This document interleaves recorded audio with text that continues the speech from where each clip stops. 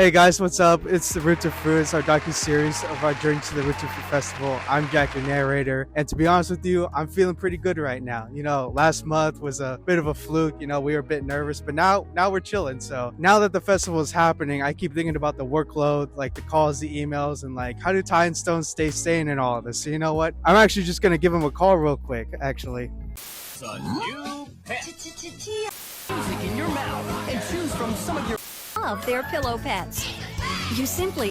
Jack's calling. Hey man, what's going on? Hey guys, what's up? So I'm just here. I'm just wondering, like, so the workload seems like pretty tedious. How do you even deal with that stuff? Like, how do you even curate a lineup of performers and practitioners in the first place? Good question. Honestly, it's been happening throughout our journey. The people that we meet throughout Philadelphia, the East Coast, like all of those experiences that we have with meeting artists eventually ends up informing our lineup in some way. So for this year, for example, a lot of the research and the work that we did last year for the festival has trickled over into this one. Yeah, I think it goes back to figuring out intention of this year's festival compared to last year's, and then how can we find people that we've met or had interactions with in this last year to help meet or match those intentions and enhance what we are envisioning for this year's event. So yeah, that looks like a lot more wellness activations, more intricate workshops when it comes to the different types of wellness and protecting yourself as an artist or protecting your career or looking for opportunities to grow. All right, cool, I see. But like, even so, you've had these like events go on for so long. How do you have these events eventually shape the structure of the festival that's going to be happening? Well, the purpose of Root to Fruit and the birth of Root to Fruit actually came from the concept of yearly events and programming around wellness, and the way that the first year shaped out, we just ended up doing the festival. The entire year influences how we approach planning, and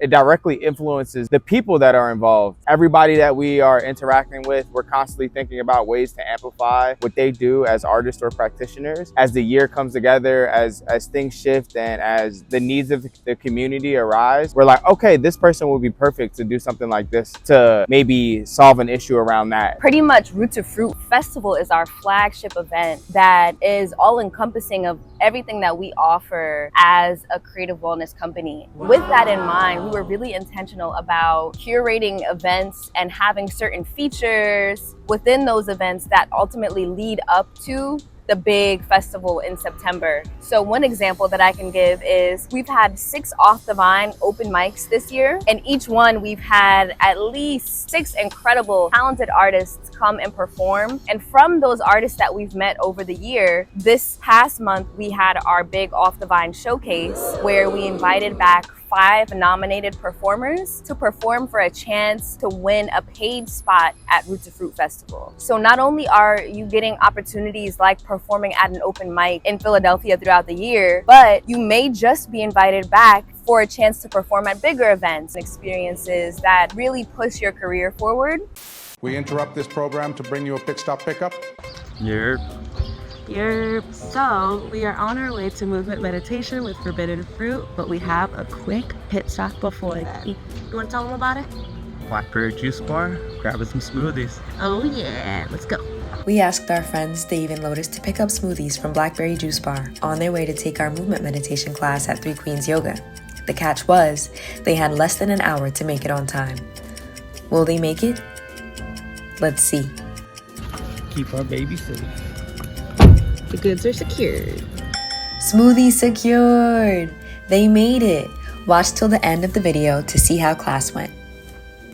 All right, I see what you're doing. You guys do a whole bunch for the community. You're always keeping in mind of them. How do you ensure the festival like remains inclusive while still making it feel premium? You know what I mean? Another good question. Man, I feel like when you approach event production with intention, that premium feeling is automatically going to resonate and be felt by all in attendance. So yeah, with our intention to make the festival inclusive, accessible for people from all walks of life, especially from underrepresented or underserved communities who typically don't get access to high quality art and wellness experiences like Fruit to Fruit Festival, you really have the opportunity to create a space that can change lives. People can sample those things and end up saying, I want to be more creative in my life. I want to feel more well, more healthy in my life. How we go about it is very intentional about our partners and them understanding our mission and our approach, and how if you want someone to begin their wellness journey or take it seriously, if they're not used to being exposed to something or having access to it,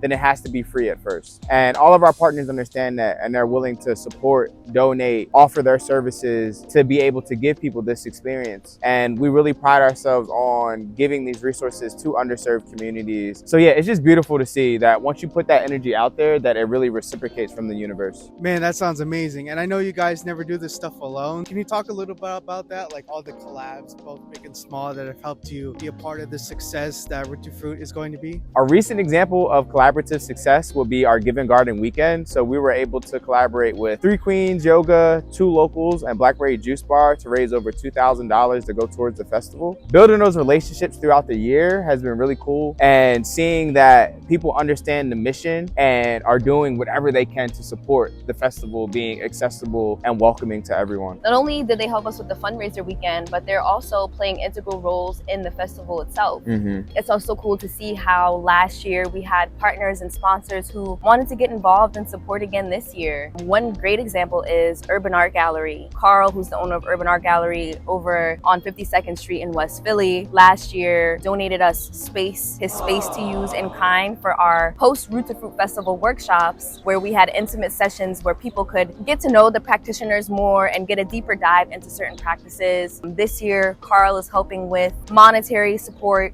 which is amazing to just see like the birth of that partnership and how it's grown over the year, and how people really want to support and keep showing up for Root to Fruit in all of its growth. And there's so many more partners, sponsors, collaborators that are making Root to Fruit possible. Man, I mean, that sounds amazing. I mean, it seems like you have this whole ordeal going on with a bunch of moving parts. With this big mission that you guys have, what role does this actually do for the community? Like, can you tell us a bit more about that? This space that Root to Fruit creates, anybody could see their own reflection in it. If you make art, or if you just love art, if you've practiced wellness, or if you've never experienced wellness practices before, there's a space for you at Root to Fruit. The impact was felt instantly last year. The festival wasn't even over and people were asking us, so when are you doing it again? And we were like, we haven't even thought past like this next hour and breakdown and all of that type of stuff. And people are already asking about next year. Like, this is crazy. So that really put a battery in our back to make sure that the festival happened again, that it was free again, and that we involved more people to make the mission and the message, the energy just felt on multiple different levels. So I'm just really excited to see how people will be able to contribute and walk away with a different sense of wellness, and just having access to it is just warming my heart. So yeah, looking forward to this year's event. Shigi, we're gonna show you how to unlock the secret toy car into a foaming fast dragster. Wow, I see. I mean, I'm excited for it, and I'm excited for everybody to come out. Man, so seeing Ty and Stone to understand what they're doing and putting all the pieces together, it puts me at ease, you know what I mean? And especially with last month's events, we're starting to gain traction, a lot of buzz and excitement about the festival. So let's start with the Giving Garden weekend, our 2-part fundraiser for the festival, and all the proceeds go directly to the festival. I'll let Ty take it from here. Crux here with an event forecast from last month. Our events wouldn't be possible without the hard work of our amazing team. Each month, we go out for lunch to celebrate our progress. This time, we went to Goldie in University City. We also got to welcome our newest team member, Rafi. We all made a pit stop to Sierra Green to see the festival venue close up. And we popped by the lawn for UCD's Summer Series event. And thanks to the team's hard work, Giving Garden weekend was a success. We raised over $2,000 toward our fundraising goals for the festival. On Saturday, we had an Off the Vine showcase at 2 Locals, featuring open mic performers and performers nominated to perform at Root to Fruit Festival, including Nate Coe, Maya Holiday, 2 Fly TNT, and Max and Jean. So the community got to vote, and they chose Max and Jean to come on out to Root to Fruit Festival and perform on the big stage. Woo! On Sunday, we had movement meditation at Three Queens Yoga, facilitated by Crux and Stonez, featuring live music by Indy and Yuri. Guests got to enjoy yoga, dance, and meditation all in one, followed by delicious smoothies by our partners, Blackberry Juice Bar. Interested in experiencing a Forbidden Fruit event for yourself? Scan this QR code to learn more. We hope you enjoyed this exclusive recap of last month's events. We hope to see you in the festival September 13th. Tune in next month to see our big reveal of our lineup for the festival.